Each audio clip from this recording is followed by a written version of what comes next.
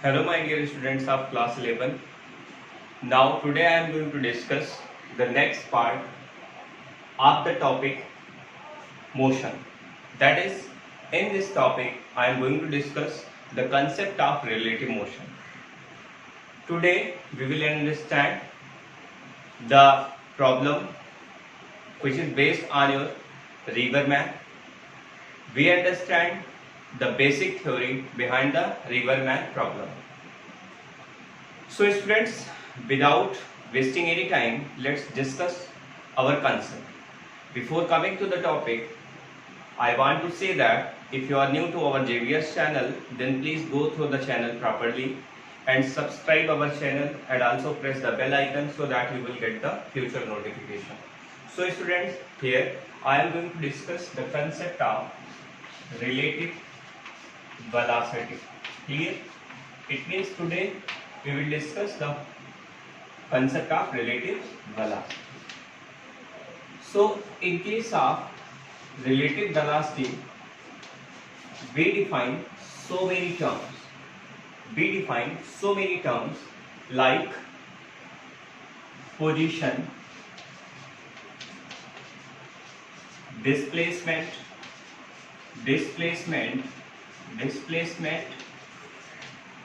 velocity, acceleration,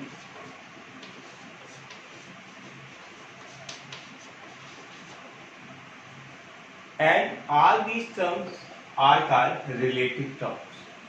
इन सभी terms को हम क्या बोलते हैं कि वो रिलेटिव है. क्लियर? तो यहाँ पे एक वर्ड आगे यूज किया, रिलेटिव. अब आप लोग समझ रहे होंगे कि इस टर्म को हमने रिलेटिव क्यों कहा, क्योंकि आपको भी पता है एब्सोल्युटली ना तो कोई चीज रेस्ट पे पॉसिबल है. ठीक है, मैं यहाँ पे लिख दे रहा हूँ, जो चीजें एब्सोल्यूट होती हैं, ठीक है, वो आपकी ना तो हमें रेस्ट में मिलती हैं और ना ही हमको मोशन के टर्म में ये मिलती है. मतलब है ये दोनों केस आपके पॉसिबल नहीं होते हैं. मतलब ये मैं कहूँ कि कोई चीज एब्सोल्यूट रेस्ट पे है या एब्सोल्यूट कोई चीज मोशन पे है, तो ऐसा केस हमको पॉसिबल नहीं होगा. बात समझ में आ रही है? इट मीन्स कोई ना कोई एक जो है हम रेफरेंस सेलेक्ट करते हैं. क्या सेलेक्ट करते हैं? किसी भी रिलेटिव टर्म को डिफाइन करने के लिए एक हम क्या करते हैं, रेफरेंस सेलेक्ट करते हैं और उस रेफरेंस के बेसिस पे क्या करते हैं, अपने रिलेटिव वेलोसिटी के कांसेप्ट को समझते हैं. क्लियर? और सबसे जो बेस्ट रेफरेंस होता है वो हमारा होता है कार्टेशियन कोऑर्डिनेट सिस्टम. क्या होता है? कार्टेशियन कोऑर्डिनेट सिस्टम होता है. तो यहाँ पे ये एक्स एक्सिस है, ये हमारी वाई एक्सिस है, ये हमारी जेड एक्सिस है. तो इस पॉइंट पे जो लोकेशन ऑब्जेक्ट की होगी उसको हम क्या करेंगे, इस ओरिजिन के थ्रू कंपेयर करेंगे. ठीक है, कोई ना कोई एक क्या होना चाहिए, रेफरेंस होना चाहिए, फ्रेम ऑफ रेफरेंस होना चाहिए. और सबसे बेस्ट फ्रेम ऑफ रेफरेंस कौन सा है? तो आपका कार्टेशियन कोऑर्डिनेट सिस्टम है. क्लियर? देखो क्या है, रिलेटिव वेलोसिटी का कंसेप्ट जो है वो सबसे टफेस्ट कंसेप्ट माना जाता है इन फिजिक्स. मतलब है अगर आपने रिलेटिव वेलोसिटी के कंसेप्ट से रिलेटेड जो भी प्रॉब्लम्स हैं, जो भी फंडामेंटल्स हैं, अगर आपने समझ लिया तो मैं ये श्योरिटी दिला सकता हूं कि आपको इन फ्यूचर कभी भी इस टॉपिक से रिलेटेड कोई दिक्कत नहीं आएगी. क्लियर? तो सबसे पहले हम क्या करने वाले हैं, सबसे पहले हम बेसिक्स को समझते हैं कि एक्चुअली रिलेटिव वेलोसिटी क्या होती है. चलो मैं एक एग्जांपल से कन्विंस करता हूं. Suppose that I am having example that a man is running with a speed of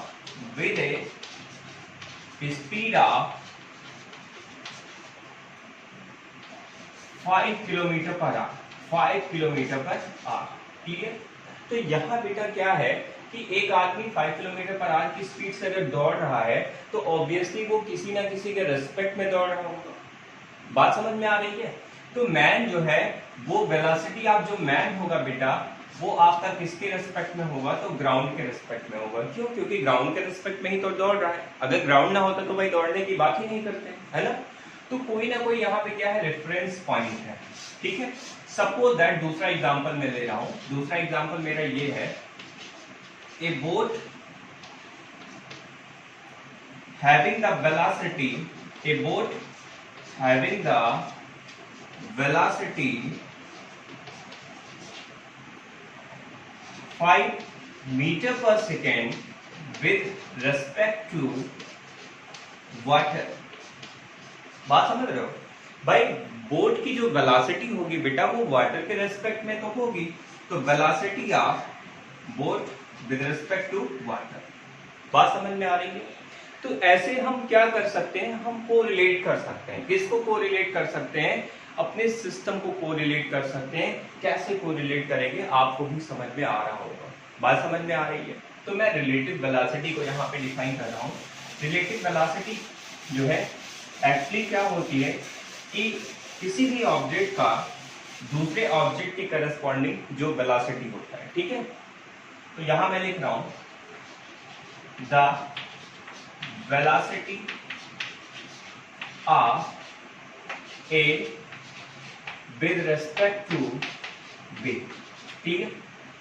this is defined as relative velocity. It means हम यहां पे लिख सकते हैं कि ये हमारा वेलोसिटी कैसा होगा, velocity of A with respect to v। इसको इस तरह से लिखेंगे, ठीक है। और इसको मैं क्या लिख सकता हूं, vv माइनस va लिख सकता हूं, ठीक है। इन दोनों का डिफरेंस अभी आपको समझ में आ जाएगा ये मैंने कैसे लिखा, ठीक है। जब हम फार्मूले को ड्राइव करेंगे तो आपको समझ में आ जाएगा कि ये हमने कैसे लिखा है। बात समझ में आ रही है?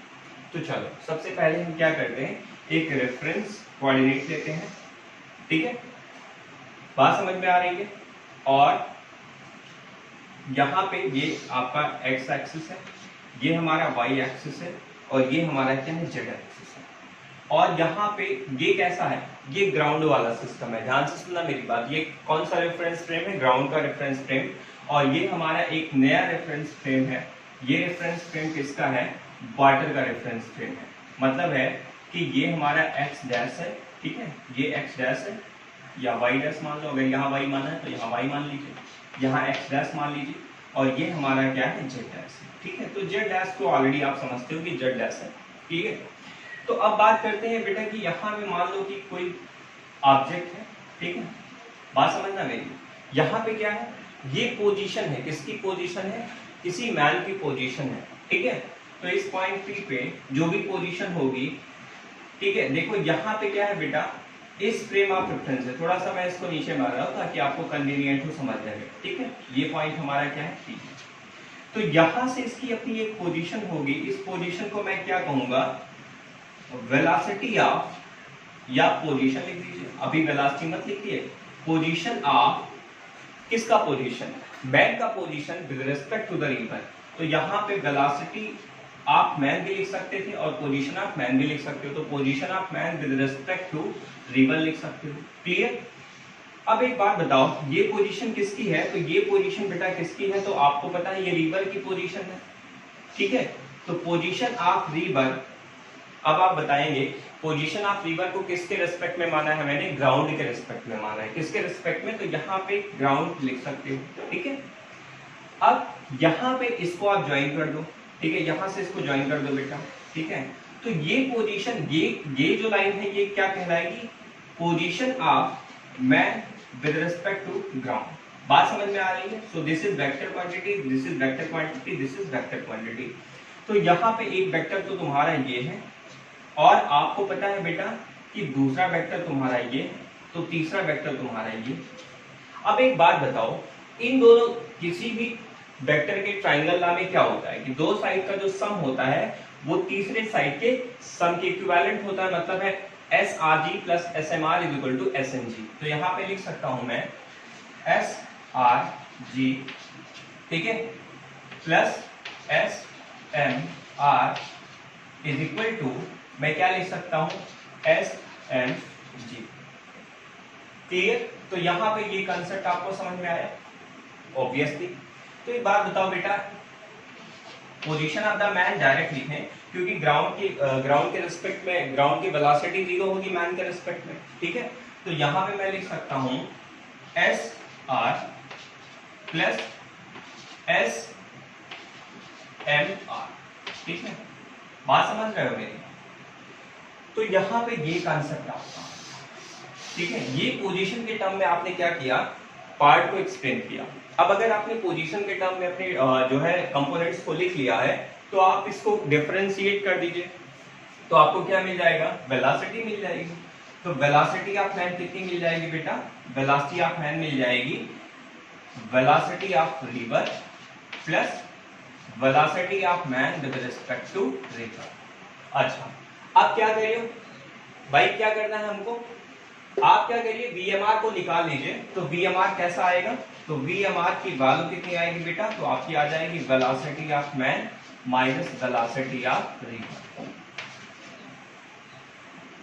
क्लियर। तो ये देखो, ये आपका क्या हो गया, ये आपका यही इक्वेशन तो है, इसको मैच करो। तो वेलोसिटी ऑफ AB मैंने क्या लिखा, velocity of B minus velocity of A, यही तो लिखा। तो वेलोसिटी ऑफ MR क्या है, velocity of M minus velocity of R। तो ये तो यही रिलेशन है। तो कभी भी रिलेटिव वेलोसिटी का मतलब क्या होता है, एक ऑब्जेक्ट का दूसरे ऑब्जेक्ट की करस्पॉन्डिंग स्पीड कितनी है, मतलब उसकी वेलोसिटी कितनी है। बात समझ रहे हो मेरी। तो इस तरह से हम क्या कर सकते हैं, समझ सकते हैं। अब अगर हम इसको फर्दर डिफरेंशिएट कर दें, देन वी गेट एक्सीलरेशन। ठीक है, तो यहाँ पे एक्सीलरेशन हमको क्या मिलेगा, डिफरेंशिएट करेंगे तो एक्सीलरेशन ऑफ मैन, ठीक है, इज इक्वल टू क्या मिलेगा बेटा, एक्सीलरेशन ऑफ, ठीक है, यहाँ पे ध्यान से देखो, एक्सीलरेशन ऑफ रिवर, ठीक, प्लस एक्सीलरेशन ऑफ, ठीक है, यहाँ पे man with respect to river. बात समझ रहे हो मेरी। यहाँ पे इसको ऐसे लिख सकते हैं, acceleration of man with respect to river is equal to acceleration of river minus acceleration of man. Are you getting my point, what I want to say? Is this point clear, is there any confusion? No. तो बेटा क्या करना है आपको, कुछ नहीं, बड़ा ही simple logical वे में लिखना है। सपोज दैट आप क्या करना चाहते हो, अब मैं इसको इरेज कर रहा हूँ, इसका कोई काम तो है नहीं, ठीक है। अब मैं क्या करना चाहता हूँ कि अब मैं इसको लिखना चाहता हूँ भाई, velocity of wind with respect to ground. ठीक है, तो मैं क्या लिखूंगा, सीधी सी बात है बेटा, अगर इसको लिखना होगा तो मैं लिखूंगा velocity of wind minus velocity of ground. ठीक है, समझ रहे हो मेरी बात। ऐसे आप डिफरेंट एक्सप्रेशन को डिफरेंट वे में लिख सकते हो, कोई भी आपको लिखना हो, या सीधी सी बात है बेटा, या आपको कुछ अगर कोई भी प्रॉब्लम होती है तो सीधी सी बात है, वेलोसिटी ऑफ विंड जी लिखा हुआ है तो W पहले आएगा, जी बाद में आएगा। इतना अगर माइंड में रखोगे तो आपका कोई, आपकी गलती होने के चांसेस कुछ भी नहीं। बात समझ रहे हो मेरी, ठीक है, कोई कंफ्यूजन नहीं। So this is all about your relative velocity. ठीक है, so you can take the screenshot of this picture. अब हम लोग स्विमर एंड बोट से रिलेटेड रिलेटिव वेलोसिटी का कंसेप्ट स्टडी करेंगे। ठीक, तो ऑलरेडी मैंने यहाँ पे आपके टाइम को सेव करने के लिए एक फिगर बना रखा है। इसको मैंने स्मॉल डी से रिप्रेजेंट किया और इसको मैंने यहाँ पे कैपिटल डी से एक्सप्रेस किया। ठीक है, जिसको हम ड्रिफ्ट बोलते हैं, डी को ड्रिफ्ट बोलते हैं, और डी को क्या बोलते हैं कि ये एक बैंक से दूसरे बैंक के बीच की डिस्टेंस है। यहाँ पे एक रिवर मैंने बना रखा है, ठीक है, एक बैंक दूसरा बैंक, और इन दोनों के बीच की डिस्टेंस डी। और यहाँ पे एक जो है वेलोसिटी को एक्सप्रेस किया है। एक वेलोसिटी है हमारी वेलोसिटी ऑफ द रिवर, जो वेलोसिटी रिवर के अलावा। एक वेलोसिटी ये है जो थीटा एंगल पे, यहाँ पे ये थीटा एंगल है बेटा, ये कितना एंगल है, थीटा एंगल है, ये पूरा एंगल थीटा। तो ये क्या है, velocity of man with respect to river, और ये है वेलोसिटी ऑफ रिवर। जब इन दोनों को हम क्या करेंगे, पैरेललोग्राम ला के थ्रू कंप्लीट करेंगे, तो ये पैरेललोग्राम एक बनेगा जिसमें ये जो रिजल्टेंट होगा वो वेलोसिटी ऑफ द मैन को एक्सप्रेस करेगा। ठीक, तो यहाँ पे ये VMR क्या है बेटा, तो VMR क्या है, तो ये मैं बोलना चाहूंगा आपसे कि ये है वेलोसिटी ऑफ मैन। क्लियर, किसके रेस्पेक्ट में, with respect to river. Are you getting my point?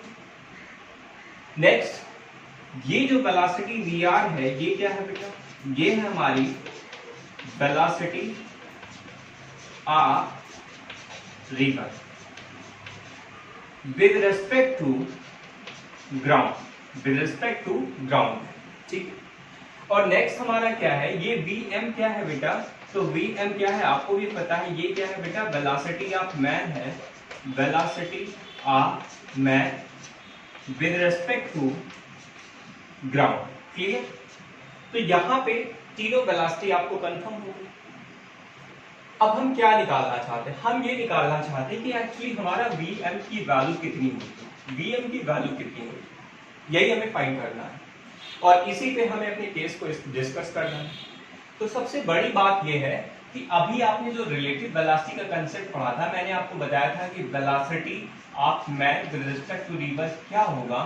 तो आपने पढ़ा था बेटा velocity of man minus velocity of river. इसका मतलब मैं इस तरह से इसको लिख सकता हूं ना, velocity of man is equal to velocity of man with respect to river plus velocity of river. ये मैं लिख सकता हूं या नहीं? ऑब्वियस। तो अब हमें क्या करना है, इस Vm के दो कंपोनेंट ब्रेक करने हैं।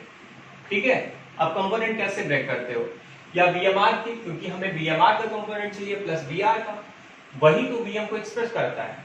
तो VMR को ब्रेक कर दो तो ये हॉरिजॉन्टल कंपोनेंट इसका होगा और ये वाला कंपोनेंट वर्टिकल होगा। तो VMR cos थीटा और किस डायरेक्शन में? x में, तो i कैप और इधर j कैप।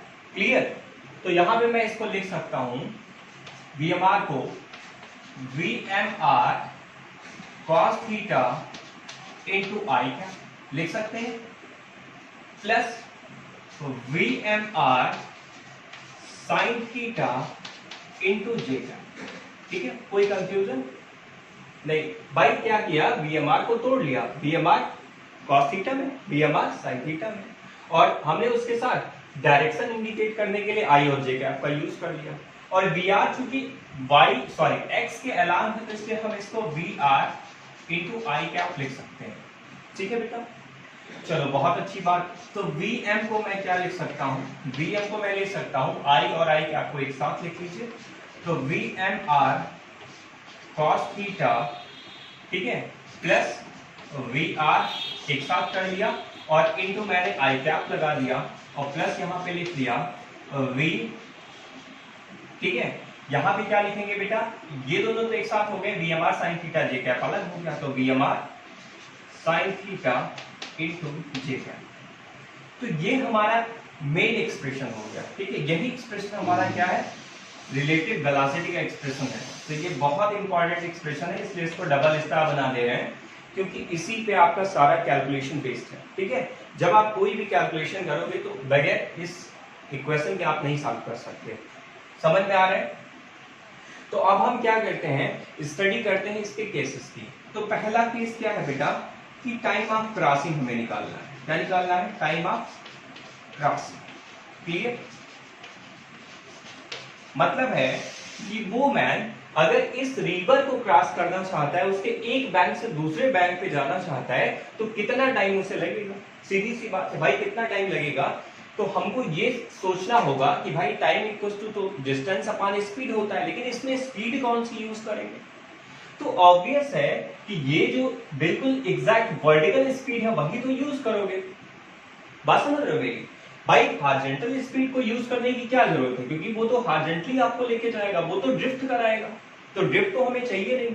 हमको क्या चाहिए कि ये वाली डिस्टेंस वो कितने टाइम में कवर कर लेगा। तो time equals to distance upon speed. इसका मतलब है मैं लिख सकता हूं टाइम इक्वल्स टू डिस्टेंस कितनी है, तो डिस्टेंस तो d है, so that's why we can put here d, and speed कितनी है, तो स्पीड आपका ये वाला कंपोनेंट रिस्पांसिबल है, तो क्या होगा VMR sin theta into j cap. तो यहां पे मॉड ले लीजिए, कोई दिक्कत नहीं है, वहां पे सिंपली sin थीटा हो जाएगा। अब एक बात मुझे बताइए कि बेटा मिनिमम टाइम कितना लगेगा? टाइम हमको मिनिमम करना है, ध्यान से सुनो मेरी बात। टाइम क्या करना है? मिनिमम करना है। अब मिनिमम टाइम करने के लिए क्या करना पड़ेगा? sin थीटा को मैक्सिमम होना पड़ेगा। भाई ऑब्वियस है, sin थीटा अगर मैक्सिमम हो जाए, देखो डिनोमिनेटर जितना ज्यादा टाइम उतना कम। तो यहाँ पे sin थीटा की मैक्सिमम वैल्यू क्या होती है भाई? थीटा इज इक्वल टू, यहाँ पे क्या हो जाएगा, मिनिमम के लिए थीटा की वैल्यू 90 हो जानी चाहिए, तो टाइम मिनिमम आ जाएगा d अपॉन v अपॉन, सीधी सी बात। ठीक है? तो ये हमारा क्या हो गया बेटा? मिनिमम टाइम हो गया। ठीक है? समझ में आ गया? चलिए बहुत अच्छी बात है। अब हम क्या करते हैं, अपने नेक्स्ट पार्ट को समझते हैं। यहां पे एक कंसेप्ट है बेटा कि अगर टाइम मिनिमम हो रहा है तो ड्रिफ्ट भी मिनिमम होगा। तो ड्रिफ्ट मिनिमम कैसे निकालोगे? तो यहां पे देखो, ड्रिफ्ट मिनिमम कैसे निकालोगे? तो आपको पता है कि डिस्टेंस इक्वल्स टू क्या होता है, स्पीड इनटू टाइम होता है, यही होता है। तो ड्रिफ्ट कराने के लिए कौन सी कंपोनेंट रिस्पांसिबल है? तो VMR cos theta plus dr responsible है। मतलब है यहां पे केस लिख सकते हो कि भाई मिनिमम ड्रिफ्ट के लिए तो थीटा 90 है, इसका मतलब है यहाँ पे cos थीटा cos 90 यहाँ पे रखना पड़ेगा। तो cos 90 की वैल्यू 0, मतलब ये वाला पूरा टर्म आपका 0 हो जाएगा। तो सिंपली यही टर्म तो आपका बचेगा। तो अब ये वेलोसिटी हो गई, ऑब्वियस है, और आपके पास टाइम भी आपको दिया है। तो distance equals to speed into फट से टाइम आप रख दीजिए, आपका आंसर आ जाएगा। तो बेटा ये VR को क्या करो, VR को मल्टीप्लाई किससे कर दो? VR को मल्टीप्लाई कर दो D अपॉन VMR से, D अपॉन VMR से। Are you getting my point? Obviously this is the fact for which we can find the minimum drift. बात समझ में आ गई बेटा? चलो अब थोड़ा सा लॉजिकली भी इसको समझते हैं। एक अनदर केस लेते हैं। देखो ये अनदर केस मैं डिफाइन करने जा रहा हूं, उसको भी ध्यान से समझना। यहां पे मैं जो है ड्रिफ्ट की कंडीशन बताने जा रहा हूं, ठीक है, कि ड्रिफ्ट हमारा कितना होगा। तो देखो बेटा ड्रिफ्ट के लिए रिस्पांसिबल कौन होता है? तो ड्रिफ्ट के लिए रिस्पांसिबल कौन है आपका? तो ड्रिफ्ट के लिए रिस्पांसिबल ये वाली पूरी वेलोसिटी है। तो ड्रिफ्ट कैसे निकालोगे? तो drift D is equal to, ठीक है, क्या होगा बेटा? स्पीड इनटू टाइम होगा। तो स्पीड हमारे पास क्या है? VMR cos theta plus VR और इनटू टाइम कितना है? ध्यान से सुनना मेरी बात। इनटू टाइम कितना है? तो टाइम आपका अभी आपने निकाला, मिनिमम टाइम नहीं लेना है, जो आपकी इनिशियल टाइम है वही लेना है। तो D अपॉन VMR यहां पे साइन थीटा, ठीक है? कितनी बात समझ में आए? अब हमें क्या दिखाना है भाई? Minimum drift. तो ड्रिफ्ट मिनिमम कितना हो सकता है? तो ड्रिफ्ट 0 हो सकता है, ठीक है। ये क्या हो सकता है भाई? मिनिमम ड्रिफ्ट कि अगर ये कुछ एंगल पे ना जाके बिल्कुल सीधा जाए और वेलोसिटी ऑफ जो रिवर है वो 0 हो, तो बिल्कुल ये सीधा जाएगा तो आसानी से यहां पहुंच जाएगा, उसको ये जो ड्रिफ्ट है वो फर्दर ड्रिफ्ट को ट्रेवल नहीं करना पड़ेगा, ठीक है। तो यहां हमको समझना है कि मिनिमम ड्रिफ्ट की कंडीशन किस तरह से होल्ड करेगी। तो भाई ऑब्वियस है कि ये वाला टर्म तो 0 नहीं हो सकता है, ऑब्वियस है ना, ये वाला टर्म कभी बेटा 0 नहीं होगा, ठीक है। तो फिर टर्म कौन सा होगा 0? तो ये वाला टर्म होगा 0। मतलब है यहां पे VMR cos थीटा प्लस, ठीक है, plus VR should be equal to 0। यहां पे इसको 0 होना चाहिए। क्यों 0 होना चाहिए? क्योंकि हमें ड्रिफ्ट क्या है? मिनिमम, मुझे मिनिमम ड्रिफ्ट को दिखाना है। तो अगर ये कंडीशन 0 हो गई तो फिर मैं इसको बेटा इरेज कर दे रहा हूँ। यहाँ पे देखिए कि VMR cos theta, VMR cos theta किसके बराबर आएगा? तो माइनस टाइम्स VR के बराबर। इसका मतलब है हमें cos थीटा की वैल्यू कितनी मिलेगी? तो माइनस VR अपॉन VMR। बात समझ में आ रही है? इसका मतलब ये है बेटा कि cos की वैल्यू कभी भी आपको नेगेटिव कब मिलेगी? जब थीटा मोर देन 90 होगा। ध्यान से सुनना मेरी बात। ये जो थीटा है, थीटा यहाँ पे मैं लिख रहा हूं, यहाँ पे मैं इसको लिख दे रहा हूं, ध्यान से देखिए कि theta should be greater than 90। अगर थीटा 90 से ज्यादा है तभी हमें क्या मिलेगा? cos की वैल्यू नेगेटिव मिलेगी, अदरवाइज cos की वैल्यू नेगेटिव नहीं मिलेगी। इसका मतलब ये है कि हमको क्या चाहिए कि अगर हमको मिनिमम ड्रिफ्ट मतलब बिल्कुल सीधा क्रॉस करना है तो हमको अपनी वेलोसिटी को यहाँ पे जो मैन की वेलोसिटी होगी, ध्यान से सुनना मेरी बात, मैं जो कह रहा हूँ velocity of man with respect to river होना चाहिए। आपको भी पता है कि वो कैसा होना चाहिए, वो 90 से ज्यादा होना चाहिए। तो यहाँ पे ये वेलोसिटी ऑफ क्या है? Man with respect to river है, और ये हमारा क्या है बेटा? ये मान लो अल्फा है, तो ये हमारा क्या है? 90। ये तो पता ही है 90 है, ठीक है। तो ये हमारी वेलोसिटी जो हो जाएगी वो आपको भी पता है बिल्कुल वेलोसिटी ऑफ मैन की हो जाएगी, ठीक है। तो यहाँ पे वेलोसिटी ऑफ मैन हो जाएगी, ठीक। और ये हमारा क्या हो जाएगा बेटा, तो वेलोसिटी ऑफ रिवर हो जाएगा, ठीक है भाई। वेलोसिटी ऑफ रिवर इधर, वेलोसिटी ऑफ मैन इधर हो जाएगा, ठीक। तो आपको पता है this vector plus this vector is equal to this vector. इसका मतलब ये कह सकते हो कि वी एम आर, ठीक, plus V R is equal to V M. बात समझ रहे, समझ में आया ना कुछ। तो अब क्या करना है बेटा, वेलोसिटी आप, अगर ध्यान से सुनो मेरी बात, ये V M R plus V R is equal to V M, कोई कंफ्यूजन नहीं होना चाहिए। इस तरह से हम क्या कर सकते हैं, अपने लॉजिक को लगा के अपनी चीजों को समझ सकते हैं। बात समझ में आ गई।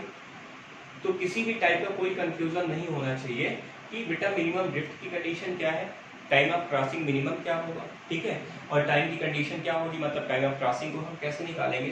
तो सब कुछ यहाँ पिक्चर से क्लियर है, समझ में आ रही है। अब tan alpha is equal to perpendicular upon base, तो V R square plus V M square, लेकिन आपको पता है अपोजिट है तो V R square minus V M square हो जाएगा, ठीक है। कोई प्रॉब्लम नहीं है, कोई भी कंफ्यूजन आपको नहीं होना चाहिए। तो यहाँ से डायरेक्शन भी अल्फा भी निकाल सकते हैं, tan अल्फा लगा के परपेंडिकुलर अपॉन बेस करके alpha is equal to tan inverse perpendicular upon base कर देना, आपका सोल्यूशन आ जाएगा, ठीक है। So this is all about your relative velocity concept, ठीक है। कोई भी कंफ्यूजन नहीं होना चाहिए, ठीक। जितना भी मैंने बताया, अगर आप उस लॉजिक को लगा के अपने क्वेश्चन, किसी भी क्वेश्चन को सॉल्व करोगे, आपको डेफिनेटली आपको बहुत हेल्प मिलेगा, ठीक है। कभी कभी बेटा velocity of man with respect to, ठीक है, velocity of man with respect to rain के टर्म में भी प्रॉब्लम आता है, तो इसको भी ध्यान रखना, velocity of man minus velocity of rain ही करना है, ठीक है, कंफ्यूज मत होना, ठीक। अगर मैन रेन है तो मैन को पहले, रेन को बाद में, बीच में साइन किया माइनस, ठीक है। So this is all about your relative velocity concept. Thank you students.